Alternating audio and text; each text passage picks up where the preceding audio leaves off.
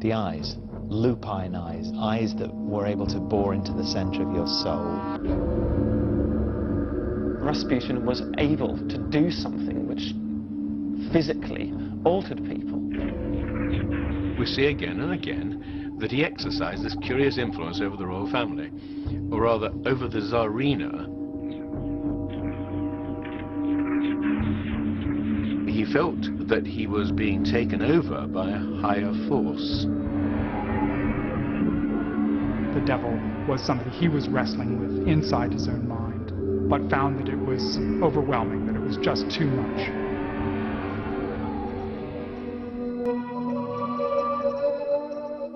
Grigori Rasputin was born here in Siberia, 10th of January, 1869. Its 4.5 million square miles make it one of the largest and most remote pieces of land in the world. For generations, Russians had been using it as a dumping ground for all kinds of religious exiles and prisoners. It was home to holy men, healers, and secret religious sects. The first thing you need to think about with Siberia is this emptiness, this vast, isolated sort of space where there are very few people. Russians always viewed it as this kind of empty space that was there for them to fill up. They could never fill it, it was just too vast. They weren't very useful routes for traveling around the country, and I think that this contributed to the isolation that Russian communities felt in this very hostile, very cold landscape. Rasputin would certainly have felt part of that very cold, very isolated, kind of embattled sort of Russian frontier, if you like, a sort of Wild West, except of course the Wild East. Rasputin's origin in the town of Pokrovsky undoubtedly played a very large part in the shaping of his character. Not only is it the very fringes of civilization where pagan shadows hang over everybody's lives, irrespective of the presence of official Christianity, it's also crushingly dull. So the young Rasputin, being as he was a lecher and drinker, would have felt a very strong desire to be more than this, to break forth, to see something else. As a child, Rasputin began turning heads. His parents became disturbed by his constant visions of divine forces and by his ability to heal horses just by touching them.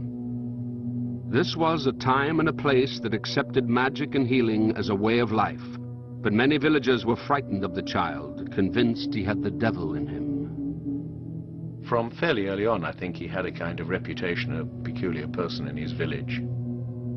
He certainly did have peculiar healing powers. He also just obviously had this ability to foresee the future, which stayed with him all his life. He'd just get sudden glimpses, I think, of things he absolutely knew to be true. By the age of 30, he'd married a local woman and had 4 children. But he'd also earned a reputation in the village as a drunken thief. He was accused of horse stealing and fled to the nearest monastery to lie low. His experience there was to change him forever. He spent several days at the monastery and suddenly realized, that he was basically a monk by temperament.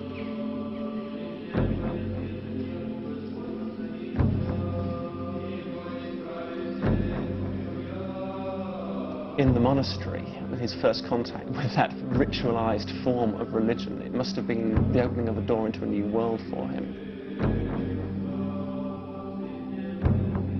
And to Rasputin, that must have represented a dazzling promise, something he absolutely had to know more about, to get more involved with. Not only would it offer him the chance to entrench his own rather dissolute life in something deeper, it also opened the way to discovering new depths to reality. Rasputin stayed at the monastery for months and made friends with a man called Makari. a famous wandering holy man who had advised Tsar Nicholas II and Empress Alexandra. For centuries, Russian rulers had believed that holy fools had access to God and could give divine advice to the Tsar. Rasputin decided immediately to follow in Makari's footsteps.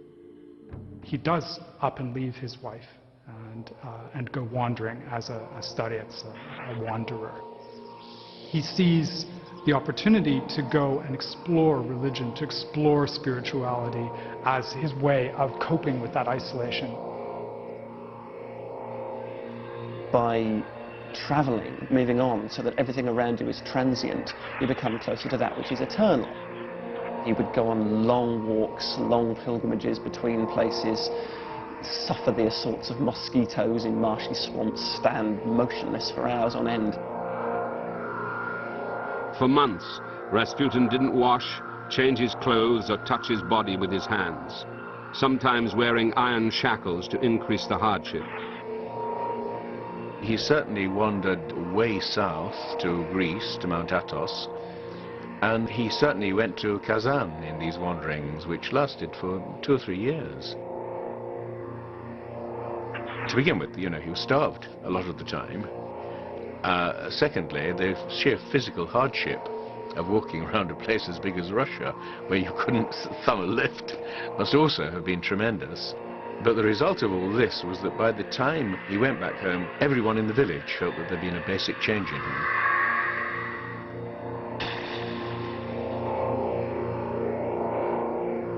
People who met him were certainly deeply impressed because they felt that he's achieved some kind of peculiar religious essence in these years of wandering. They met him once and they were deeply fascinated and regarded him as definitely a holy man. Many in the village began to suspect that there were deeper, darker reasons for the change in the young Rasputin. There was talk that during his wanderings he had fallen in with a secret sect called the Klisti. The Klisti were outlaws. This is, I think, a very significant point, that they were, like all the sects, the offshoots of the Russian Orthodox Church, they were an underground movement. They were on the run. They were a kind of anti-church.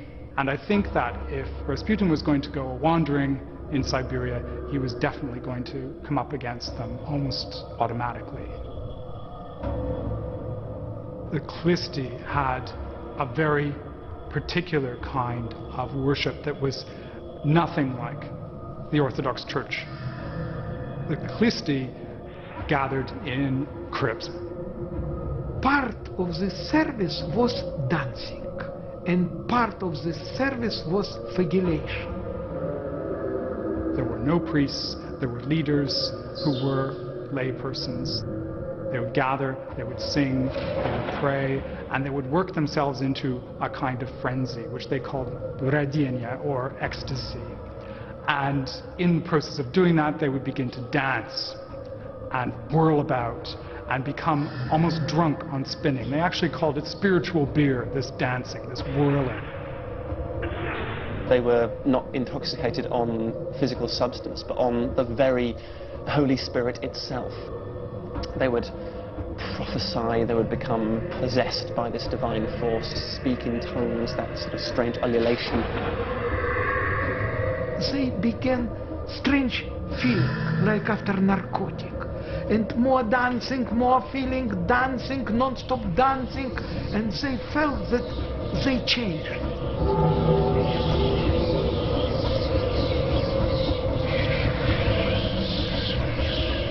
At that point where they had actually sort of built themselves into a fever pitch, they would then fall on the ground. Then what began was a kind of congregational orgy, where everybody just engaged in copulation with whoever was next to them. And there was sex going on all over the place. Many sects of Klist used this dancing and non-stop sex relations after. And it was very powerful sect and very popular sect. These religious orgies were an essential part of the Klisti doctrine. They believed that by deliberately committing a carnal sin, they could repent more fervently and so get closer to God. They called it sinning to drive out sin, and it was an idea and a practice that Rasputin immediately seized hold of. For Rasputin, the idea of transcendence, the idea of all this energy flowing through the arc was really seductive.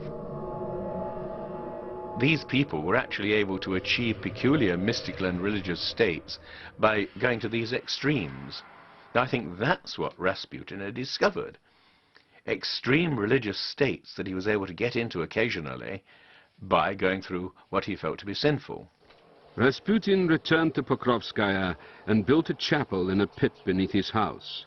He claimed to be a higher being, urged people to merge with him, and there were rumors that as part of a religious service, he would have sex with his congregation. He simply couldn't rest content with the levels that he'd come to. He had to be the source of the divine power. He'd seen visions all his life, but suddenly they became more intense. He appears to have seen a vision of the Virgin Mary, and she apparently told him to go to Sankt Petersburg, where he would help the imperial family. While on his travels, he had impressed a number of aristocrats and clerics, and word had spread 1,600 miles to St. Petersburg of a strange, wandering holy man with powers of clairvoyance and healing. The city was the ultimate seat of power and home to Tsar Nicholas II and the Empress Alexandra, two of the most powerful rulers in the world. Rasputin believed it was his destiny to be a holy fool, like Makari, an advisor to the Tsar and Tsarina. At the age of 34, he began the long journey west.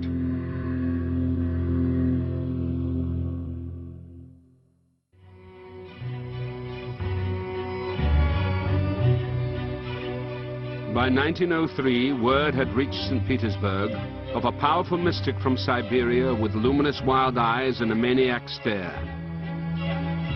This was the home of Tsar Nicholas II and his wife, the Empress Alexandra. The stage was set for Rasputin's arrival. St. Petersburg was definitely a very peculiar city for the beginning of the 20th century.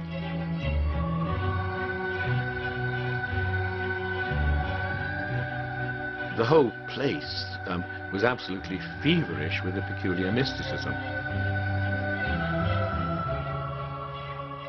It was a place of great sexual permissiveness, even by continental standards. The newspapers of the time were full of advertisements for treatments for venereal disease. The aristocratic circles of the time were crazy for all things occult.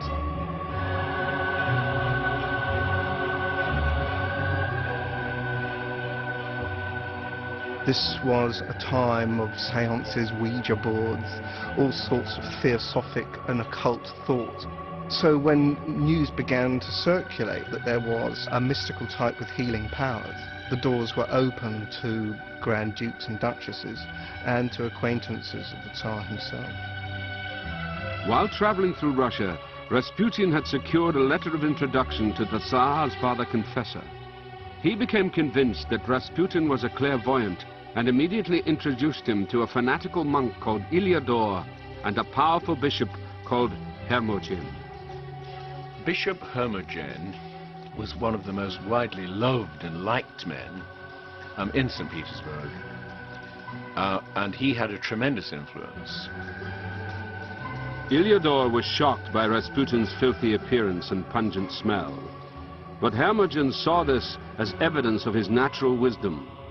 His direct manner and ability to heal made Hermogen embrace him as a true holy man, referring to him simply as the saint. Aristocratic salons soon became both electrified and terrified by his presence, with everyone talking of the blazing gaze of his magnetic, light-colored eyes. He turns up in the salons, in the palaces in St. Petersburg. I think his immediate attraction is that he's a curiosity. He's this rather bedraggled figure with a long beard that had remnants of food in it. People said he smelt like a goat. He didn't seem to have any respect for authority, so he would pick his nose and he would tell women that they were too ostentatious in their wealth. And yet, at the same time, he had hypnotic eyes. People said that he could dilate his eyes at will.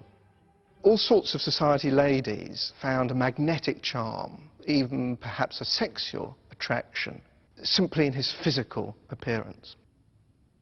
He was an individual of tremendous high dominance. Now, Rasputin was undoubtedly a king rat. King rats are the sort of person that women adore simply because they feel, you know, one glance from his eyes, one order snapped by him, and I shall turn to jelly. While Rasputin entertained aristocrats, Tsar Nicholas and the Empress were holding regular seances with two Montenegrin princesses. Known as the Crows, they were fascinated by the occult and constantly supplied the royal couple with mystics they had met on their travels.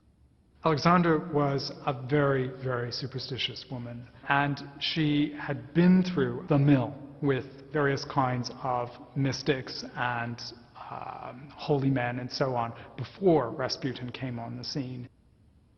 The big search for her was, of course, she wanted a son. She wanted to provide Russia with an heir. What you have to take into account, first of all, is that Alexandra herself was a silly bitch. It's a great pity that she married somebody who was almost as stupid as she was. Now, he just was not suitable to be a Tsar at all. An intensely shy person. They just should not have been in charge of a great empire. Disastrous. When Alexandra finally gave birth to her son Alexei, she was convinced it was the result of divine intervention brought about by the help of a mystic charlatan called Dr. Philippe. Before his death, Philippe had promised her that someone was coming who would take his place. She adored anyone that she felt, you know, was some kind of holy man or healer. She just went absolutely overboard, and this is what happened in the case of Rasputin. On November the 1st, 1905, the Crows finally introduced Rasputin to the royal couple at a private dinner.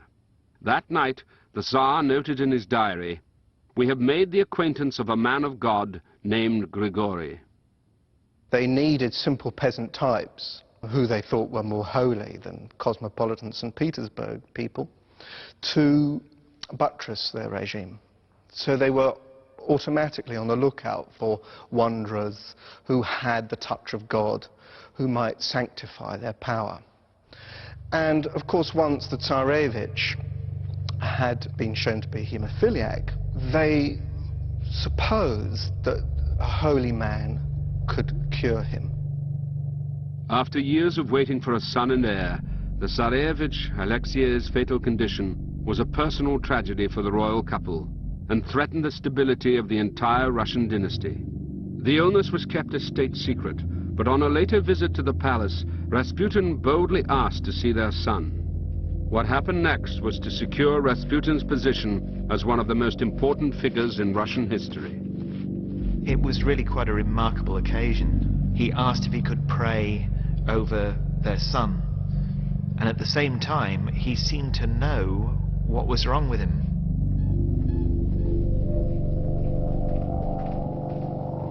So you can imagine their reaction when this peasant from Siberia walks in and claims to know exactly what is wrong with their child. Alexei was in the middle of one of his crises. He'd been bleeding for some time from a knee injury. He knew that he could do this quite easily. He knew that he could cure. He'd done it so often. He would go deeper and deeper inside himself until suddenly he'd become totally oblivious of his surroundings. And it was in that state that he contacted some hidden strength, some hidden power inside him, and knew that he could actually cure. The next morning, he wakes up and is completely cured. proof in the minds of the royal couple of a miracle. Haemophilia was completely incurable. So anything or anybody that could cure that disease would instantly make that person amazingly powerful as far as the royal couple were concerned, and particularly as far as Alexandra was concerned. Rasputin would later tell them that without him the child would die. Within months he had free reign of the royal palace, visiting the royal couple uninvited and referring to the Tsar and Tsarina as Mama and Papa. We know from his own braggings that he had unlimited access to the daughters, and he meant access to be understood ambiguously.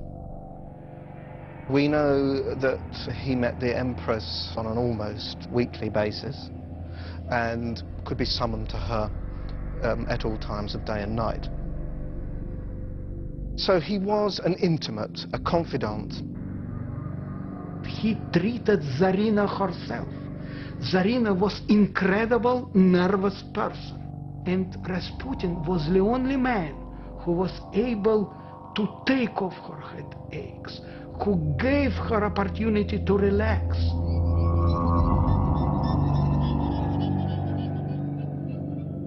It became known just how much influence he had at the royal court, that he had the ear of the Tsarina herself, and that a word from Rasputin in those ears could achieve just about anything that you desired. So currying favour with Rasputin was a pretty much direct route straight to the Tsar and Tsarina.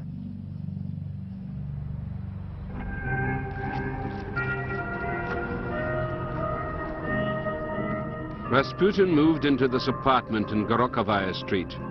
People were soon queuing up to be near the strange holy peasant who was intimate with the Tsar and the Empress. This is his power base, really. He didn't just live here. And this is where he entertained numerous visitors. This is where the little ladies would come, his prostitutes, his female devotees from all levels of the social spectrum.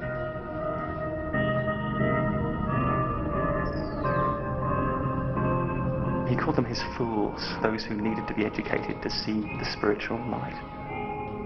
It was here that Rasputin began developing his own religious doctrine, based on ideas and practices he had learned from the Kliste in Siberia. He encouraged his fools to sin with him, so that their forgiveness afterwards would bring them closer to God. And there was no shortage of eager volunteers. They would have a strange ritual of eating and drinking when they were assembled for one of Rasputin's salons. They would all sit around with Rasputin in the center by the table with all the offerings upon it. It was not party in Rasputin flat. It was religious service. They sit in the chair and he was sitting center. And time to time he began to speak something and they immediately tried to write it. They tried to catch his words. They became sect. They did not understood it. They became typical sect. There would be seductions that these women would have passed through his special back room where the first of the sexual advances would take place. I went to see Rasputin. He sat down across from me, placing my legs between his knees. Someone terrifying and ruthless was gazing at me from the depths of those eyes.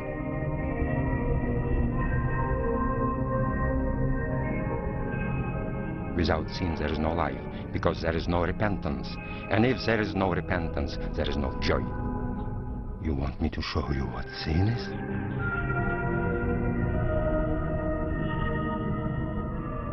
He pulled me into the bedroom and tore off my dress as we went. The next moment, he was nothing but savage, animal desire.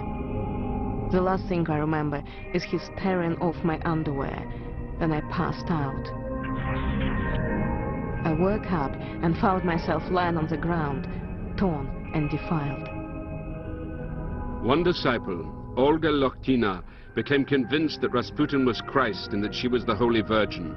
Abandoning her children and wealthy husband, she descended into madness and was seen holding Rasputin's penis while screaming, "You are Christ and I am your you." He said she was a skunk who demanded sin. It was not sex, it was way to God. He took everything which was terrible in their souls. They became absolutely clean. They became like children. They like themselves in that moment because they were on the heaven. For them it was absolutely normal. It was non-stop connection between sex, religion, miracles, and so on.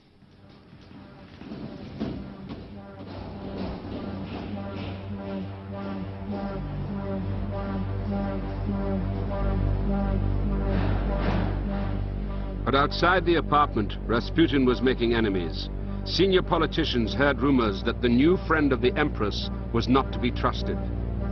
Secret police were put on his tail, and their reports only fueled more rumors that the Empress Alexandra was confiding in a dark force. December the 1st. From the monastery, Rasputin went to Goncharna and took a prostitute to a hotel. 3rd December. He visited the offices of 2 religious newspapers, after which he took a prostitute in December. After visiting Mrs. Golovin and her daughter, he took a prostitute. That evening he went to the royal palace. The dark one walked around the streets accosting women with vile suggestions. After visiting 2 prostitutes, he went to see the Golovins. The dark one left there around 2 o'clock and again hired a prostitute and went to the bathhouse with her. And it was in the privacy of the St. Petersburg bathhouses that Rasputin's new religious doctrine really took shape.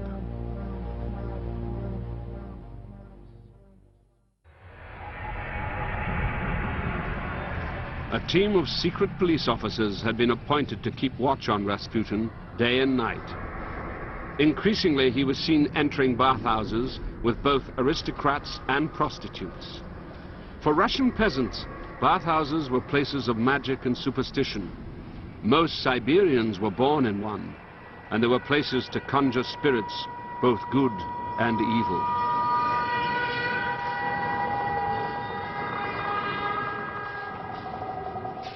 The bathhouses were places of carnal sin in the most deep and pure sense.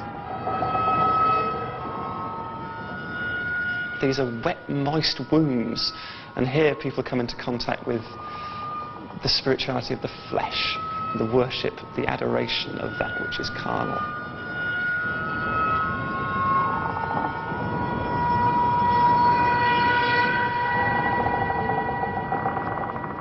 This is one of the bathhouses where he would have come frequently.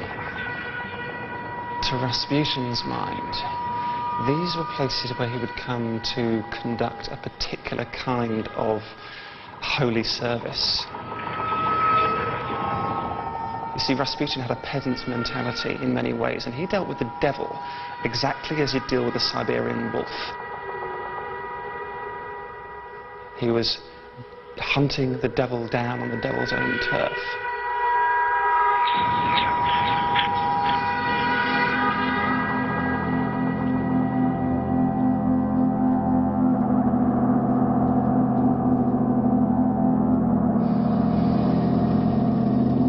Rasputin seems to have taken the devil into himself, waged that whole spiritual battle on the turf of his own body. He was calling the devil forth, taking the devil into his own flesh. He performed this ritual where he was trying to exorcise the demon of lechery. And in fact, beating the woman that he brought into the bathhouse with him, roaring at her, going on about the demon of lechery and how he was going to beat it out of her.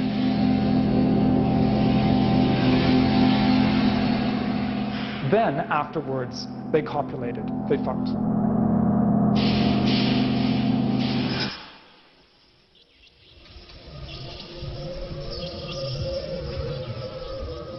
He was convinced in himself that he was strong enough to carry out these unorthodox forms of worship. He was strong enough to take the Holy Spirit within him into the places where the devil, as he would have seen it, dwelled.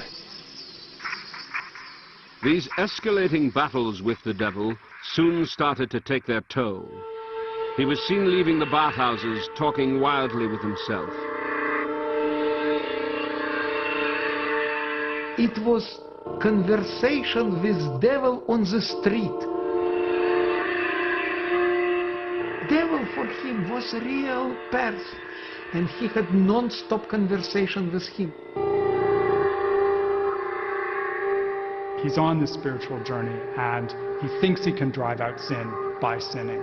But in fact, the sin captures him, and he can't drive it out. He's angry with the demons that are inside of him that he can't actually get rid of. Those who have the power to work miracles are liable to suffer something which is called spiritual temptation, which basically means that your power source is suddenly switched, so that you are performing miracles by the devil's power rather than God's. They're still miracles, they're just evil miracles. So when word got out that Rasputin was not only working miracles, but also living what was perceived to be a terribly debauched and dissolute lifestyle, the authorities of the church took action. Hermogen and Iliador, key figures in securing Rasputin's access to the throne, lured Rasputin to a basement where they accused him of using the power of the devil to work his healing miracles. He was quite happy up until the point when they rounded on him and really laid into him quite viciously, telling him that he was in a state of spiritual temptation, that he had gone too far, that what he was doing was of the Antichrist. And Hermogen at one point grabbed him by the penis and said, this is what is leading you. They battered him with a crucifix. They literally, physically belabored him with it. Deeply shocked, Rasputin reported the event to the Tsarina, saying that the two clerics had tried to kill him. Within a month, she banished them both from the city. But Iliador was not to be silenced, and fled to Finland disguised as a woman, plotting a way to kill what he saw as the devil incarnate. Rasputin went back to his own village of Pokrovskoe on the 27th of June, 1914. The following day, at about 2:15 in the afternoon, the postman brought him a telegram. Rasputin wandered out to the post office to send a return telegram. At this time, a most peculiar-looking woman came up to him, and Rasputin handed her some alms, and then suddenly she lunged at him with a knife and managed to get the knife more or less into his stomach. Zenya Gusyeva, a deformed ex-prostitute with no nose, had been sent by Iliador to kill Rasputin. Despite pulling his intestines out of his body, she failed to kill him. But his long stay in hospital was to have a huge impact on the fate of Europe. Just hours earlier, Archduke Franz Ferdinand was assassinated 2,000 miles away in Sarajevo, sending Europe spiraling into the worst war the world had yet seen. Rasputin was probably the only person who could have talked the Tsar out of mobilizing, but stranded in Siberia, he was helpless. There was nothing Rasputin could do about it. By the time he got out of hospital and went to see the Tsar, he wrote to him from hospital saying, please, no war, no war. The Tsar didn't want to hear, because declaring war had suddenly made him the most popular man in Russia, and he never had any popularity before that, not with the ordinary people. Now, seeing these great cheering crowds wherever he went, he didn't want to hear what Rasputin had to tell him, but Rasputin proved to be perfectly right. The war, in fact, was the end of Russia. Rasputin wrote a letter to the Tsar. A terrible storm cloud hangs over Russia. Disaster, grief, murky darkness, and no light. A whole ocean of tears. There is no counting them. And so much blood. I can find no words to describe the horror. We will all drown in blood. The disaster is great, the misery infinite.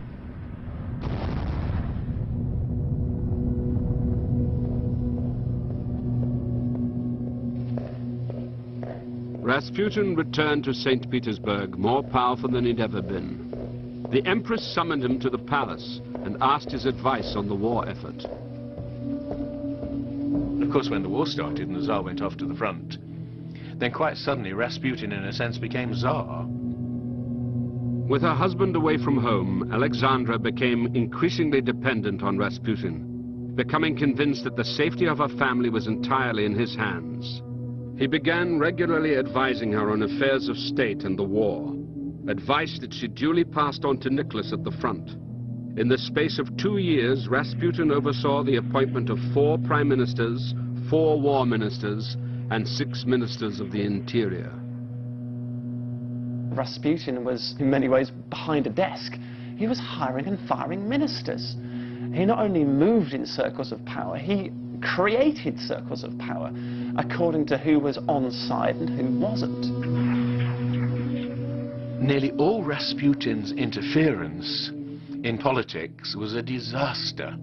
Nearly all of his nominees and so on were total idiots. Things just went from bad to worse with Rasputin as the man who was making the suggestions. The war was a disaster, the worst Russia had ever suffered, bringing the entire country to its knees. 4 million Russians were killed, and St. Petersburg became awash with rumor, refugees, and mass demonstrations. The suicide rate tripled, the cost of bread quadrupled, bakeries were looted. The air was thick with talk of revolution. Just strike a tiny match, said one observer, and everything will go up in flames.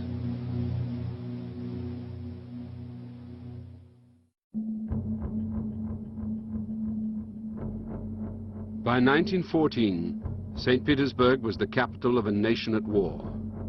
The poet Gippius called it a lunatic asylum, with the inmates of the city unable to tell the difference between what's real and what's false. But no one felt the madness more than Rasputin, whose personal battles with the devil were proving too much.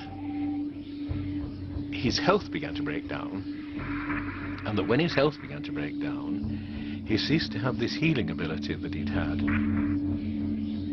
He tried to heal some woman who'd come along to him with awful arthritis, and I sat there praying and praying and praying, and somehow nothing happened. He couldn't get down to that deep level inside himself where the power came from. And it was then that I think he began to feel that he, like everybody else, was due for extinction. Do you know that soon I shall die in terrible pain?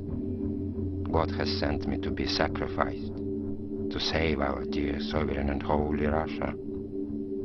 Despite my terrible sins, I am a Christ in miniature. He wrote to the Empress prophesying his own murder. I wish to make known that if your relations bring about my death, then none of your family will remain alive for more than 2 years. They will all be killed by the Russian people. Tell your relatives that I have already paid for them with my blood. I shall be killed. I am no longer among the living. Pray and be strong. I think he was a deeply troubled spirit, as it were, that he really was wrestling with forces that he didn't feel that he could control. Rasputin visited his friend Filipov, sobbing after a drunken night with St. Petersburg gypsies. He'd squandered 2,000 rubles and had to visit the Empress that same day. Rasputin wept, declaring that he was no longer holy, but was a devil, a demon. Outside, the city had been rechristened Chetrograd, Devil Town, and the streets were buzzing with the rumor that Rasputin was a spy who shared the bed of the half-German Empress. He had split the nation. To some, he was the voice of old Russia advising the throne. To others, He represented all that was wrong with the Tsar and the court. He was ignorant, corrupt, and far too powerful. Rasputin's real political significance is as a negative, as an image of the treason which was believed at a national level existed in the court. The problem that all people had with Rasputin was that he was basically bringing the autocracy down.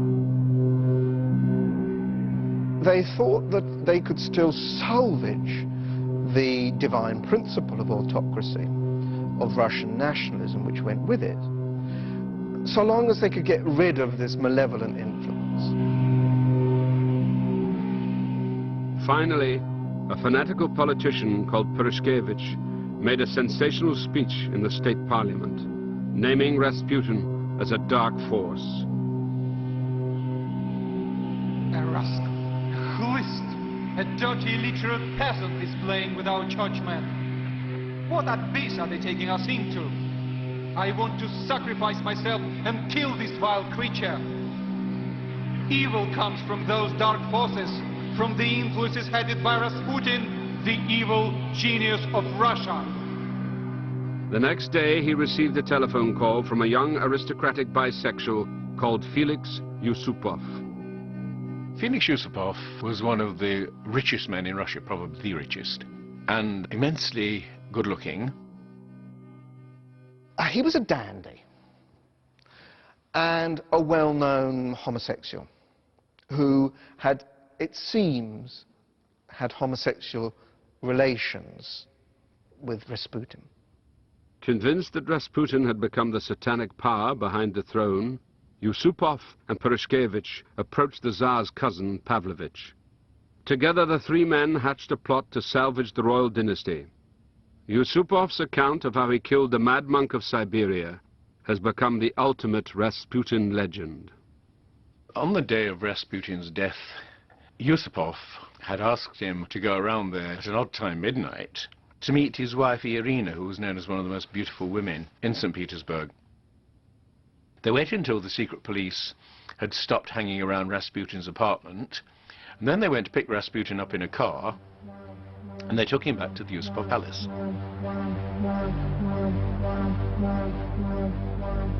There he was taken down to a basement dining room, which had been laid out as if for a meal, and what's more, they tried to make it look as if a lot of people had been sitting around the table. They twisted up the napkins and poured a bit of tea into the teacups and all that kind of thing. And so Rasputin sat there quite contentedly. He was told that Irina was still upstairs with the remaining guests, and that as soon as they'd gone, they'd have a conversation. Rasputin sat there. They presented him with a plate containing lots and lots of cream cakes, and they also presented him with wine, and Rasputin at first didn't touch either.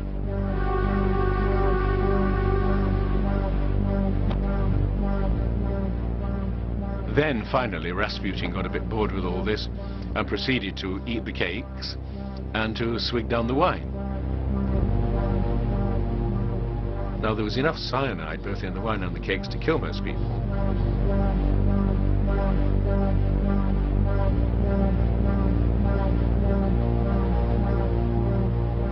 2 hours and a half he continued to be still alive after he ate endless cakes with poison. According to Yusupov, the massive doses of poison had no effect.